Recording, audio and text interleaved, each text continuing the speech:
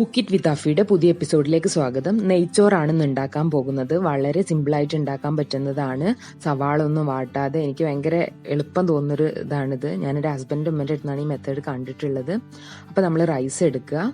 നിങ്ങൾ എത്രയാണോ ആവശ്യത്തിനുള്ള റൈസ്, ഞാൻ ഈ കപ്പിന് ഒരു 4 കപ്പാണ് ഞാൻ എടുത്തിട്ടുള്ളത്. ഈ റൈസ് എടുത്ത് നന്നായിട്ടൊന്ന് കഴുകി വൃത്തിയാക്കി വെക്കുക. കഴുകിയിട്ട് നമ്മൾ ഇതിലേക്ക് വെള്ളം ഒഴിച്ച് വെക്കുകയാണ്. നിങ്ങൾ എത്ര റൈസാണ് നിങ്ങൾക്ക് ആവശ്യം അതിനനുസരിച്ച് എടുത്ത് കഴുകി വൃത്തിയാക്കി കുറച്ചു നേരം വെള്ളം ഒഴിച്ച് വെക്കുക. ഞാൻ 4 കപ്പ് എടുത്തത് കൊണ്ട് 8 കപ്പ് വെള്ളമാണ് ഞാൻ ഇതിലേക്ക് ഒഴിച്ചു കൊടുക്കുന്നത്. നിങ്ങൾ എത്ര റൈസാണോ എടുക്കുന്നത് അതിൻ്റെ ഇരട്ടി വെള്ളം എടുക്കുക. ഇപ്പം 2 കപ്പ് റൈസ് ആണെങ്കിൽ അതിന് 4 കപ്പ് വെള്ളം ഒഴിച്ചു കൊടുക്കുക. അങ്ങനെ ഈ വെള്ളം ഒന്ന് ഇവിടെ നിന്ന് തിളച്ചോട്ടെ. അപ്പോഴത്തേക്കും നമ്മളെ റൈസ് അത്ര നേരമാണ് നമ്മൾ വെള്ളത്തിൽ ഇങ്ങനെ കുതിർത്തി വെക്കുന്നത്. ഇനി നമ്മൾ ഈ വെള്ളത്തിലേക്ക് തിളച്ച് വരുമ്പോൾ ആഡ് ചെയ്യാനുള്ള സാധനങ്ങൾ നോക്കാം. കറാമ്പട്ട, ഇതൊരു 2-3 കറാമ്പട്ട, അതൊന്ന് ചെറുതായി മുറിച്ച് കൊടുത്തിട്ടുള്ളതാണ്. പിന്നെ ഏലക്ക, 2-3 ഏലക്ക തന്നെ എടുക്കുക. അതൊന്ന് ചതയ്ക്കുകയോ അല്ലെങ്കിൽ ഒന്ന് പൊളിച്ചിട്ട് കൊടുക്കുക. അതും പിന്നെ ഒരു 4-5 കറാമ്പൂവും കൂടെയാണ് എടുത്തിട്ട്. ഇനി വേണേൽ നിങ്ങൾക്ക് കറാമ്പട്ടയുടെ ഇലയും കൂടെ ഇതിലേക്ക് ആഡ് ചെയ്യാം, നിങ്ങളുടെ ഇഷ്ടമാണ്. ഇത്ര മസാലയാണ് നമ്മൾ എടുത്തു വെച്ചിട്ടുള്ളത്. ഇനി ക്യാരറ്റ് ഞാൻ എടുത്തിട്ടുണ്ട്. ക്യാരറ്റ് ചെറുതായിട്ട് ഇതുപോലെ ക്യൂബായിട്ട് മുറിച്ചിട്ടുള്ളതാണ്. ഇതൊരു നെയ്ച്ചോറിനൊരു കളർ വരാൻ വേണ്ടിയിട്ടാണ് ഞാൻ ഇങ്ങനെ ചെയ്തത്. നിങ്ങൾക്ക് ഗ്രീൻ പീസും ബീൻസും ഒക്കെ ഇടാം, അല്ലെങ്കിൽ നിങ്ങൾക്ക് ഇതൊന്നും ഇടണ്ടെന്നുണ്ടെങ്കിൽ അതും കുഴപ്പമില്ല. ഞാനൊരു കളറിന് വേണ്ടിയിട്ട് ആഡ് ചെയ്യാണ്. പിന്നെ നമ്മൾ എടുക്കുന്നതാണ് ഒരു 3-4 സ്പൂണ് ഓയില്. അത് നെയ്യാണെങ്കിൽ എടുക്കാം കേട്ടോ. നെയ്യാണ് ഒരുവിധം എല്ലാവരും എടുക്കുക. എനിക്ക് നെയ്യ് ഇഷ്ടമില്ലാത്തതുകൊണ്ടാണ് ഞാൻ ഓയിൽ എടുത്തിട്ടുള്ളത്. ഇനി ഈ വെള്ളം ഒന്ന് തിളച്ച് വരുന്നുണ്ട്. അപ്പോഴത്തേക്ക് നമുക്കിതിൽ ഉപ്പ് ആഡ് ചെയ്ത് കൊടുക്കാം. ഉപ്പ് പാകത്തിന് ഉപ്പിടണം. ഒന്ന് നമ്മൾ വെള്ളം ടേസ്റ്റ് ചെയ്ത് നോക്കുമ്പം അതിലേക്ക് ആവശ്യത്തിന് ഉപ്പ് വേണം. അപ്പം ഞാൻ കുറച്ചെടുത്ത് ഇങ്ങനെ ടേസ്റ്റ് ചെയ്ത് നോക്കിയിട്ട് അപ്പോൾ കുറച്ചും കൂടെ ഉപ്പിൻ്റെ ആവശ്യമുണ്ട്. അപ്പോൾ നമ്മളത് ആഡ് ചെയ്ത് കൊടുക്കുക. പിന്നെ എപ്പോഴും ശ്രദ്ധിക്കണം, ഈ വെള്ളത്തിൽ നമ്മൾ പാകത്തിനുള്ള ഉപ്പിടണം. കുറച്ച് ഉപ്പൊന്ന് മുന്നിട്ട് നിൽക്കണം, അല്ലെങ്കിൽ പിന്നെ എത്ര ഉപ്പിട്ടാലും അത് ശരിയാവില്ല നെയ്ച്ചോറായതിനു ശേഷം. അപ്പോൾ ഈ വെള്ളത്തിൽ പാകത്തിനുള്ള ഉപ്പിടണം.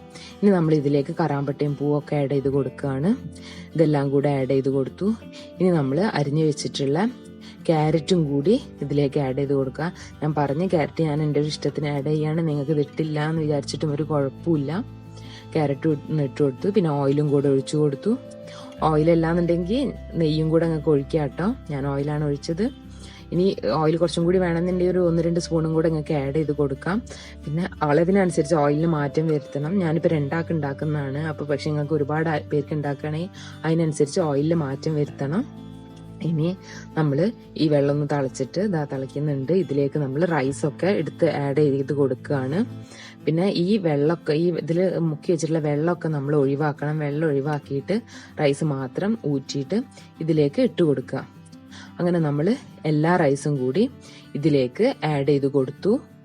അപ്പോൾ ഇതൊന്ന് മിക്സ് ചെയ്ത് കൊടുക്കുക. ഇനി ഇത് അടച്ച് വെച്ചിട്ട് ഒരു മാക്സിമം ഒരു 12 മുതൽ 15 മിനിറ്റ് വരെ ഇത് ടോട്ടൽ വേവിച്ചാൽ മതിയാവും.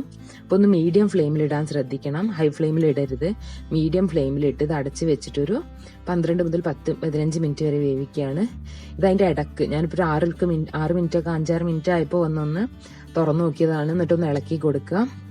ഇളക്കി കൊടുത്തിട്ട് ഇത് വീണ്ടും അടച്ച് വെക്കുക. ഇനി ഇത് നമ്മൾ വെള്ളം വറ്റുന്നവരെ വേവിക്കുകയാണ്. ഞാൻ പറഞ്ഞല്ലോ ഒരു 12 മുതലൊക്കെ 10-15 മിനിറ്റിൻ്റെ ഇടയ്ക്ക് എന്തായാലും ഇതായി കിട്ടും. അപ്പം ഞാനിതൊരു 14 മിനിറ്റൊക്കെ ആയപ്പോൾ ഒന്ന് തുറന്നു നോക്കിയതാണ്. അപ്പോൾ ഒക്കെ വെള്ളമൊക്കെ മാറിയിട്ട് വെള്ളമൊക്കെ ഒന്ന് നന്നായി വറ്റിയിട്ട് റെഡി ആയിട്ടുണ്ട്.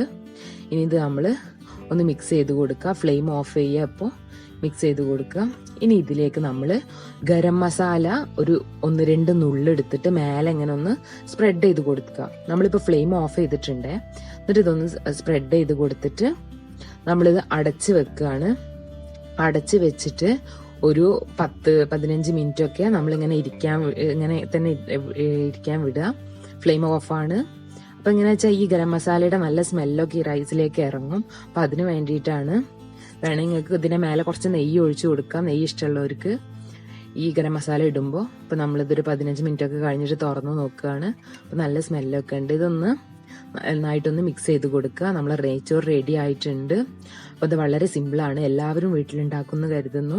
അപ്പോൾ ഈ നെയ്ച്ചോറിന് പറ്റിയ കറികൾ ഇപ്പം കോഴിക്കറിന്റെയും ബീഫ് കറിന്റെ ഒക്കെ കൂടെ കഴിക്കാൻ പറ്റുന്ന ഒരു നെയ്ച്ചോറാണിത്.